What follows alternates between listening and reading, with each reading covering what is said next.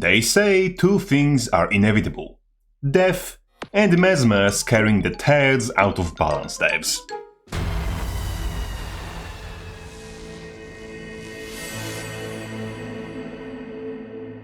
Greetings, hallucinations.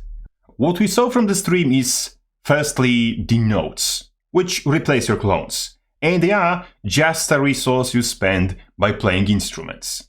When you cast your instruments, that is skills F1 through 4, you get a passive self-only buff that increases your damage and healing output. And the duration of that passive effect scales with how much notes were consumed by that instrument you played, and you always spend all the notes you have. So the notes are essentially musical adrenaline. You can have up to 4 instrument passives running at once, and 2 skills, specifically your Crescendo and the Elite, scale with how many of those you have running. Now onto the instruments themselves. You get lute, flute, drum and harp, which respectively do power damage, condi damage, CC and support. With flute being a dragon/reach, except purple. I hope it has better hit detection. Flute is a cone wave that applies confusion, and has a small spot in the middle that applies daze. Drum is a good old AoE stun around you, but the range that actually stuns is borderline melee, and everything a bit farther is a daze that loses duration the further the target is, and I think the drum is like this due to feedback about Mesmer Spear 5, and it avoids all the pitfalls that skill stepped into. Harp, on the other hand, is very simple. You heal initially for a small amount, and you keep pulsing stronger heals for the next 4 seconds. Crescendo is a skill that I thought is going to make you cast all your instrument skills at once, but it appears arena nerds are a little smarter than me, so instead Crescendo just grants Might, Fury and Barrier to allies while damaging the enemies, all in an AoE around you. And the amount of Might stacks, amount of Barrier, damage and Fury duration all stack with how many instrument passives you had running. Its signature utility skills also have empowered effects based on how many and what instruments are playing. Its heal skill is a simple AoE heal, duh.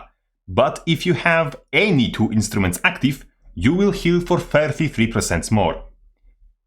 You have one utility that grants offensive boons, and if you have lute playing, it gives you 2 notes. You have one skill that removes movement impairments and gives swiftness, but if you have drum playing, it grants super speed. You have a tail that breaks stuns, grants protection and resistance, and if you have harp playing in the background, also grants barrier. And what I like the most, you have one that makes you point at a fucker and make him tweak. Target takes damage across 4 hits, suffers weakness on first hit, vulnerability on second, loses boons on third, and in the 4th, eats a daze. And if you have flute playing, it applies torment on all 4 hits. And Turbo Bard's elite skill grants AoE invulnerability, because someone entered the office and went, "You remember when we made Mesmer share invulnerability? And how bad of an idea it was? Let's do it again!" This little thing grants invulnerability and Chaos Aura as well as all instrument passives at once for a duration that scales with how many instrument passives you had active prior. Fortunately, arena nerds were very reserved with invulnerability, so no game mode is at stake. However, I'm afraid that the same reservation could make said same elite essentially a dead skill. But we'll have to wait and see. When we get to third about the traits, it's not a disaster either, with your minor traits essentially being what gives you your F skills, your instrument passives, and the boons on your Crescendo. Trait 1 in first column makes your flute apply Torment, and heal yourself when you apply Confusion or Torment on the enemy with no ICD. Second in first column makes your Crescendo extend boons. Third in this column is making the drum release one more wave of daze, and also it makes you deal small amount of damage every time you CC anything. First trait in second column makes every lute wave deal more damage than the previous one, and while you have the lute playing in the background, you have increased damage. Pretty simple, pretty effective. Second trait in second column is something for spam enjoyers. Your utilities refund 30 seconds of a cooldown of whatever instrument empowers them, and give you 1 note by default. Third trait makes your hub grant distortion, regen, and in PvE, alacrity as well.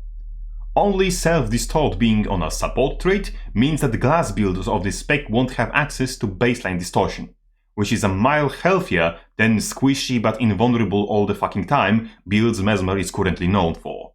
In third column, first trait give you attribute bonus for every playing instrument, and after you press your Crescendo, you will gain notes 1 every second for 5 seconds.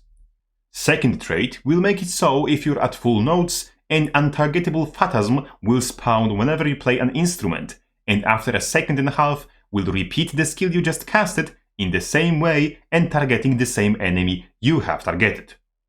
And third trait makes your instrument skills recharge portion of your Crescendo cooldown, and make it do an additional effect dependent on one instrument you played last. With this info dump behind us, I really can't complain about Thunderbolt. Sure, we have a bit large potential access to CC, with 2 skills that get repeat effects from a trait, one of which is getting a repeat effect from another trait, and also additional ranged days which might join the already irritating days mantra. But at least none of these are instant, like the mantra in question, so they will probably feel less bullshit. There's ground for both Condi and power builds here, unless, like I said, they make the loot waves share brain cells with Dragon Trigger. Then it will be dead skill. Just imagine these things, no ragging on flat ground with all 3 waves. That would be just hilarious. But in total, this is much better design than everything Mesmer got so far. An absolute, unquestionable net positive for the entire game. You can literally see the character development that happened between EOD and this. And of course, a big sign of gratitude to all the generous supporters, continuously considering my dubious quality content worth their money. You're all truly welcome. Crabface out.